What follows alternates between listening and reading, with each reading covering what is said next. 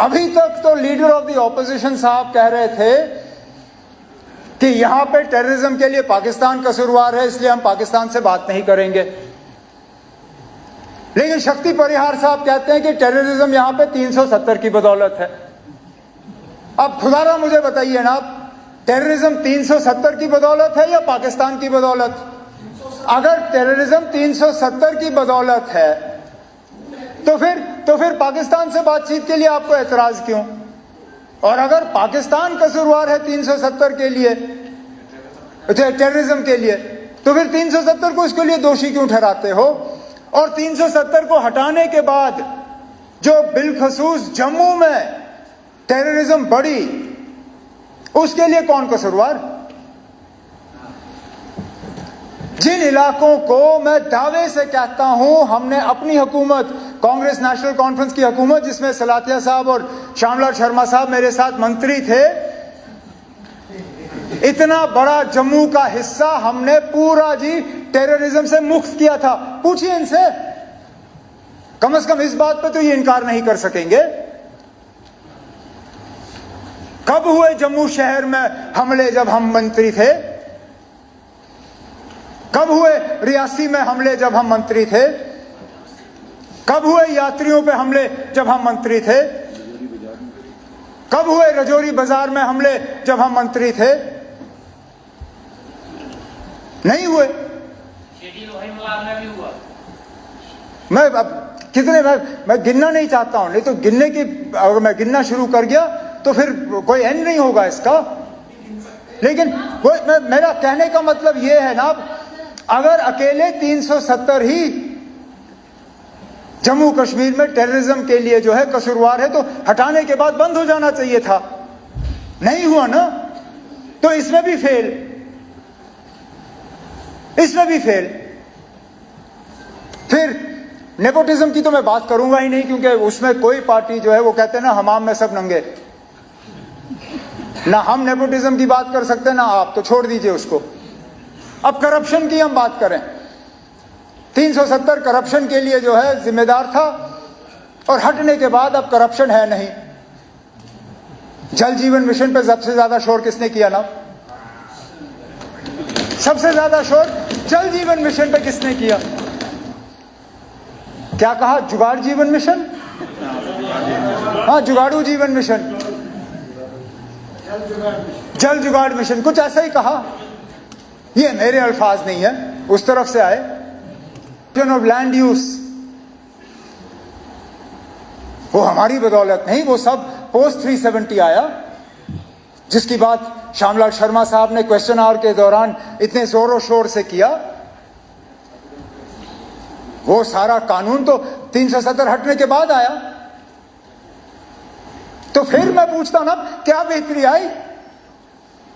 Corruption भी नहीं रुका, मिस गवर्नेंस भी नहीं रुका। अब ठीक है, आप कहते हो कभी नहीं आएगा, हम कहते हैं हम वापस लाएंगे। वो कहते हैं उम्मीद पे दुनिया कायम है। ठीक है ना, हम अपनी उम्मीद की दुनिया में रहेंगे, आप अपनी दुनिया में रहो, देखते हैं कौन सही निकलता है। लेकिन ये मुझे मत कहिए ना कि अब सुप्रीम कोर्ट का मोहर लग गया है। मैं वकालत नहीं जानता हूं, शायद मुझे नहीं मालूम अगर आपने वकालत की होगी या नहीं, लेकिन आपके आसपास काफी मतलब अच्छे हट्टे कट्टे वकील बैठे हैं ना। ये भी जानते हैं ना कि अदालत का फैसला दूसरी अदालत में टाला जा सकता है या बदलाया जा सकता है। सुप्रीम कोर्ट में 3 जज का बेंच जो है 5 जज का बेंच बदला सकता है, 5 जज का बेंच 7 जज का बेंच बदला सकता है। जब तक पूरा बेंच नहीं बैठता तब तक फैसले बदलाए जा सकते हैं। अब क्या इस तरह के हालात मुल्क में पैदा होंगे या नहीं होंगे, आप कैसे कह सकते हो ना? अब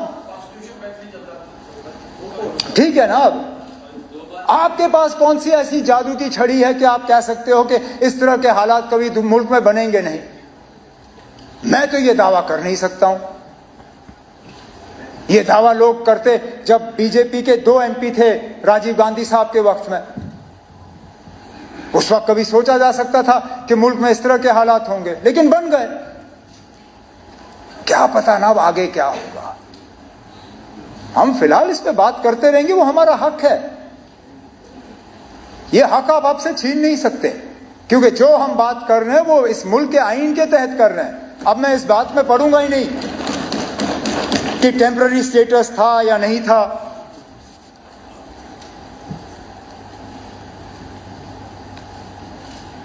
लीडर ऑफ द ऑपोजिशन साहब ने महाराजा साहब के हवाले से कहा कि हम बार बार उनका इंसल्ट करते हैं, अपमान करते हैं। हमारे तरफ से तो कभी नहीं हुआ। एक जगह बताइए ना आप जहां पे महाराजा साहब की लेगेसी को हमने कहीं जख्म पहुंचाया हो, कहीं नाम बदलाया हो, बताए ना कहीं पे भी।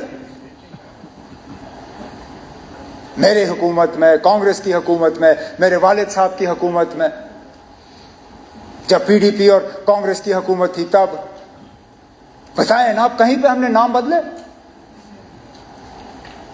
प्रताप सिंह पार्क आज भी प्रताप सिंह पार्क, एसएमजीएस अस्पताल आज भी एसएमजीएस अस्पताल, एसएमएचएस अस्पताल आज भी एसएमएचएस अस्पताल। कहीं सड़कों का नाम नहीं, कहीं पे भी नहीं। लेकिन मुझे बताइए ना आप, महाराजा साहब के जो अगर हम विरासत देखें तो दो सबसे बड़ी चीजें क्या थी? एक जम्मू कश्मीर रियासत, वही देगा ना हमें विरासत में, ये रियासत बना के। उस रियासत का आपने क्या हाल किया ना आप बताएं ना आप। ये कहने की बात है, ये छोड़िए ना, छोड़िए। अब वो दिल्ली ने किया ना, वो आपने नहीं किया, वो मरकज की हुकूमत ने किया ना। वो क्या हुआ? विरासत मैं विरासत की बात कर रहा हूं ना। अब महाराजा बहादुर ने विरासत में जम्मू कश्मीर का एक नक्शा आपको दिया। चलिए, एक हिस्सा पाकिस्तान के पास में, उस पर भी आज फॉरेन मिनिस्टर साहब ने कहा है कि हम वापस लेके आएंगे। किसने रोका? मुझे बताइए, किसने रोका? हमने कभी कहा कि मत लाओ? कभी कहा? हम कहते हैं अगर लाना है तो लाइए। अच्छा, यहां पे तकरीरों में कांग्रेस को आड़े हाथों लिया गया। आपने हाजी पीर छोड़ा, आपने ये छोड़ा, आपने वो छोड़ा। खुद बताइए ना, जब करगिल का वार हुआ क्या वापस लाया? वो मौका था ना, लाते। मौका मिल गया था, बहाना था आपके पास। पाकिस्तान ने हमला किया था, अगर लाने का इतना शौक था उस वक्त लाते, नहीं लाए। चलिए कोई बात नहीं, उस वक्त नहीं हो पाया। आज अगर ला सकते हो लाइए ना। हम में से कौन सा ऐसा है जो कहे ना लाए? ला सकते हो तो लाइए। लेकिन उसके साथ साथ जब आप वो नक्शा देखते हो ना जम्मू कश्मीर का, उसमें जम्मू कश्मीर का एक हिस्सा पाकिस्तान के पास है, ठीक, लेकिन एक हिस्सा चीन के पास भी है। उसकी बात क्यों नहीं होती? उसका जिक्र क्यों नहीं होता? जब आप लाएंगे ना, मेहरबानी करके, जब ये थोड़ा सा हम पे एहसान करिए, जब उस तरफ का लाएंगे तो जो चीन के पास है ना वो भी लाइएगा। लेकिन चलिए, वो दो हिस्से जो चले गए वो छोड़ दीजिए। जो महाराजा साहब ने जम्मू कश्मीर का नक्शा बनाया था उसके भी आपने दो हिस्से किए, लद्दाख को अलग किया। अब आप कहते हो लद्दाख के लोग ये चाहते थे। कभी पूछा आपने उनसे? कभी मालूम करने की कोशिश की? पहले दिन से करगिल के लोग इस फैसले के साथ नहीं थे, ठीक। आज अक्सर बेशतर लद्दाख की आबादी जो है, बौद्ध आबादी, वो भी इस फैसले के साथ नहीं है। आज जिन लोगों ने 5 अगस्त 2019 को मिठाइयां बांटी थी, आज वो भी कहते हैं कि शायद इससे बेहतर तो हमारी हालत जम्मू कश्मीर के साथ ही बेहतर थी। तो पैदल आए लेह से दिल्ली अपने हकूक हासिल करने के लिए। तो वो विरासत का जो हमें मिला था वो भी नहीं रहा। और विरासत में महाराजा साहब क्या छोड़ गए हमारे लिए? स्टेट सब्जेक्ट लॉज, कि हमारी जमीन हमारी, हमारी नौकरियां हमारी। कहाँ है वो लॉज ना, कहाँ है वो कानून? आज आपकी जमीन पे आपका क्या हक है ना? कोई भी आके ले लेगा। आज आपकी नौकरियों पे क्या हक है आपका? इससे अच्छा तो हिमाचल का हाल है। हिमाचल पे फैक्ट्री लगती है तो वहां कानूनन 70% जो है मुलाजिम हिमाचल के होने हैं। वहां अगर होटल लगता है तो 70% मुलाजिम हिमाचल के होते हैं। आप बताइए ना कौन सा ऐसा कानून यहां पे है? तो जब महाराजा साहब का नक्शा आपने नहीं रखा, जब महाराजा साहब का स्टेट सब्जेक्ट का कानून आपने नहीं रखा, तो हमने अपमान किया या आपने किया?